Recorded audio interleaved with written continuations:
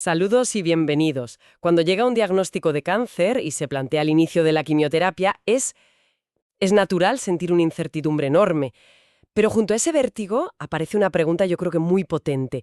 ¿Qué puedo hacer yo? ¿Cómo puedo tomar un papel activo en todo esto? Esa es la pregunta clave, sin duda. Y hoy, las fuentes que hemos analizado nos dan respuestas muy interesantes. Vamos a explorar estrategias con rigor científico para pasar de ser un mero pasajero en el tratamiento a ser un copiloto activo. Hablaremos de la parte emocional, de los efectos físicos. Y de lo más novedoso, ¿sí? Cómo la ciencia está investigando el papel de la nutrición, incluso del ayuno, para mejorar todo el proceso. Para ello nos hemos basado en guías clínicas de centros oncológicos, en artículos de psicooncología. Y en ensayos clínicos muy recientes sobre dieta. El objetivo es dar información clara, práctica, que sirva. Vamos a meternos en faena. Comencemos por el principio, por la mente. Una de nuestras fuentes describe el diagnóstico como un auténtico terremoto emocional. Es una imagen muy buena. Una sacudida que no solo afecta a la persona que va a recibir el tratamiento, sino a toda la familia. Y aquí es donde entra la psicooncología. Totalmente. Su concepto central es la adaptación. Es que, es normal sentir miedo, o rabia, o una tristeza inmensa. Es humano. Claro. El problema es cuando esas emociones nos desbordan. Se calcula que alrededor de un 30% de los pacientes oncológicos desarrolla una afectación psicológica que hace muy recomendable la ayuda profesional. Y la psicooncología no busca eliminar esas emociones, ¿verdad? No, en absoluto. Sería imposible y contraproducente. Lo que buscas es dar herramientas para manejarlas. Y cuando las fuentes hablan de dotar de herramientas, ¿a qué se refieren en la práctica? Porque a veces suena un poco abstracto. Pues es muy concreto. Por ejemplo, una técnica muy usada es la reestructuración cognitiva. ¿En qué consiste? Pues básicamente en aprender a identificar esos pensamientos automáticos, los catastróficos, como no voy a poder soportarlo, y aprender a desafiarlos con una perspectiva más realista. Más constructiva. Eso es. No se trata de negar la realidad para nada, sino de entrenar a la mente para que sea una aliada, no un obstáculo más. El objetivo final es fortalecer la resiliencia. Esa capacidad de sobreponerse a la adversidad. Exacto. Tiene todo el sentido. Si la mente está en un estado de caos, es mucho más difícil lidiar con el peaje físico. Y las guías clínicas que hemos revisado le ponen nombres muy concretos a ese peaje. Por ejemplo, la neuropatía. La neuropatía periférica, sí. Es esa sensación de hormigueo, de adormecimiento. En manos y pies, ¿no? Eso es. Y no es solo una molestia, ¿eh? Puede tener consecuencias prácticas importantes. Una guía mencionaba el caso de una persona a la que le encantaba cocinar.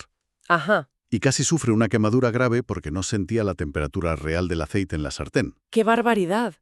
Un ejemplo perfecto del riesgo. Entonces, ¿qué se puede hacer? Pues hay pautas muy sencillas pero que funcionan. Por ejemplo, usar siempre un termómetro para el agua del baño. Claro. O revisar los pies a diario buscando pequeñas heridas o ampollas que quizá no se sientan. Y usar un calzado cómodo, evitar andar descalzo.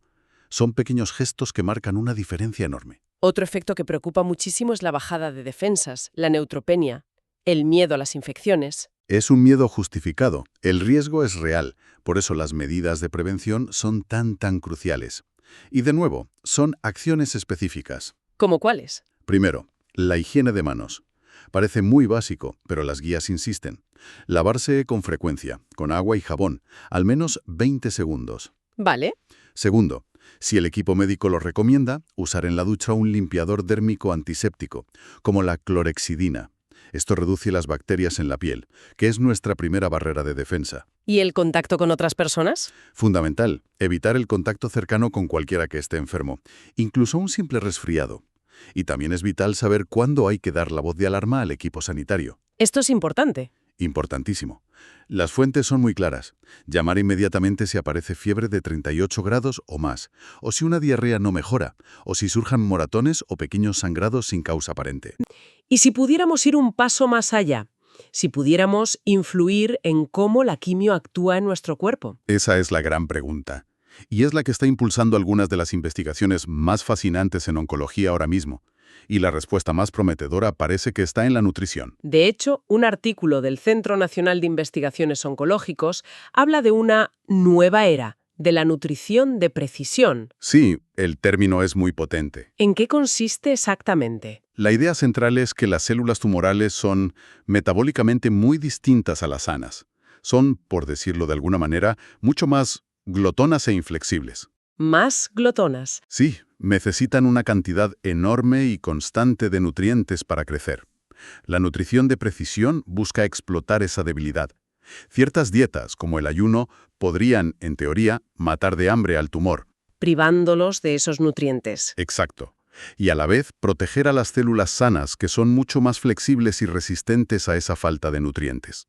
Es una hipótesis fascinante, como si la dieta creara un escudo para las células buenas mientras deja al descubierto al enemigo.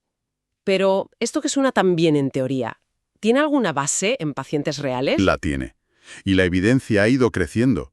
Fíjate, un informe de 2009 ya describía el caso de 10 pacientes que, por iniciativa propia, decidieron ayunar antes o después de sus sesiones de quimio. ¿Por iniciativa propia? ¿Sí? Y lo que contaron fue sorprendente. En los ciclos en los que ayunaron, notaron una reducción muy importante de la fatiga, de la debilidad, de las náuseas. Vaya. Mucho menos que en los ciclos en los que comieron con normalidad. Es increíble que ya en 2009 hubiera pacientes probando esto.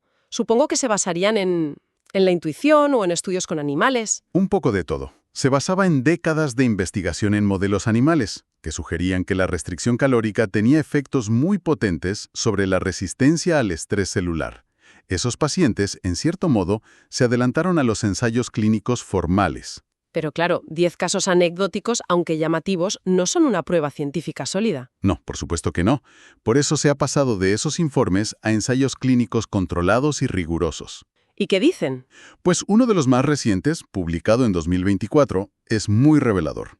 Estudió a 44 pacientes con cáncer de mama. Vale. Se dividieron en dos grupos.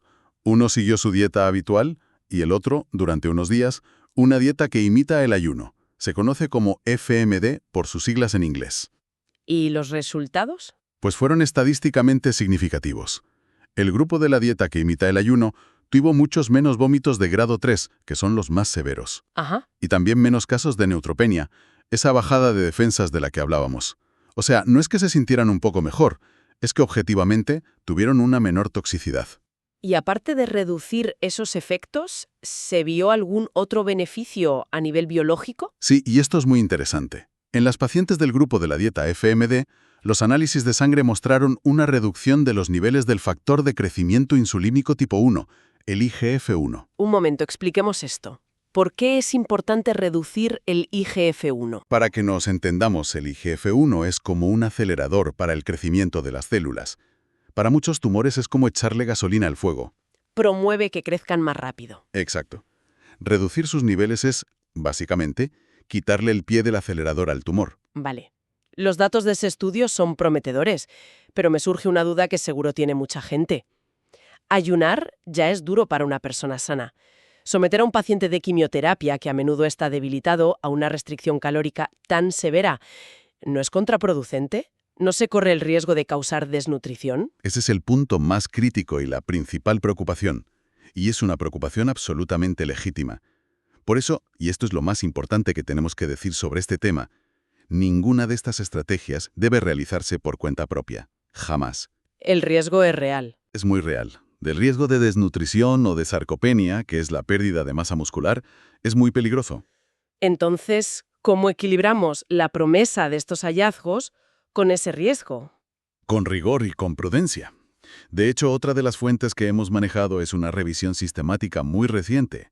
Analizó los resultados de 7 ensayos clínicos sobre ayuno y quimio. ¿Y qué concluye? Pues invita a la calma. Si bien confirma que en algunos estudios se vio una reducción de ciertas toxicidades, como llagas en la boca o náuseas, Pero, también señala que la evidencia global es todavía escasa y los resultados son variables entre los distintos estudios. o sea que prometedor, pero hay que cogerlo con pinzas. A día de hoy no se puede recomendar de forma generalizada. Exacto. La conclusión de los investigadores es que no se puede confirmar que sea una estrategia eficaz y segura para todo el mundo. Es un campo de investigación apasionante, pero está en desarrollo. La ciencia necesita más tiempo. De acuerdo. Creo que es un buen momento para recapitular. Vamos a sintetizar las claves de todo lo que hemos analizado. Perfecto. La primera clave, volviendo al inicio, es que el apoyo psico-oncológico es fundamental, no es un extra. Es parte del tratamiento. Es parte del tratamiento. Dotarse de herramientas para manejar el terremoto emocional es crucial. La segunda clave estaría en la gestión del cuerpo. Eso es, la gestión proactiva de los efectos secundarios. Conocer las pautas de autocuidado y, sobre todo, las señales de alarma le da a la persona un papel activo y una sensación de control que es terapéutica en sí misma. ¿Y la tercera? ¿Sobre la dieta y el ayuno? La tercera clave es que es una frontera de investigación apasionante, con un potencial real. Sin embargo, la evidencia científica todavía no es concluyente. Y por lo tanto, Y esto es lo más importante. cualquier estrategia de este tipo debe ser siempre discutida, supervisada y aprobada por el equipo de oncología. Siempre. El diálogo con los profesionales sanitarios es, por tanto, la herramienta más importante de todas. Sin ninguna duda. Es la base sobre la que se construye todo lo demás. Hemos recorrido un camino que va desde el cuidado emocional y físico, que está basado en guías y prácticas ya establecidas, hasta la vanguardia de la investigación nutricional. Y el hilo conductor que une todo, en todas nuestras fuentes, es el papel activo e informado de la persona que recibe el tratamiento. Y con esto llegamos a una reflexión final. Las fuentes demuestran que, si bien la quimioterapia actúa sobre la biología del tumor, hay otra terapia muy poderosa que se desarrolla en paralelo. Ujú. La terapia que ejerce la propia persona, al gestionar sus emociones, al monitorizar sus síntomas, al hacer preguntas a su equipo médico. Quizás la pregunta que esta investigación nos plantea no es solo cómo superar la quimioterapia, Si no, sino cómo puede una persona convertirse en un copiloto eficaz en su propio viaje terapéutico.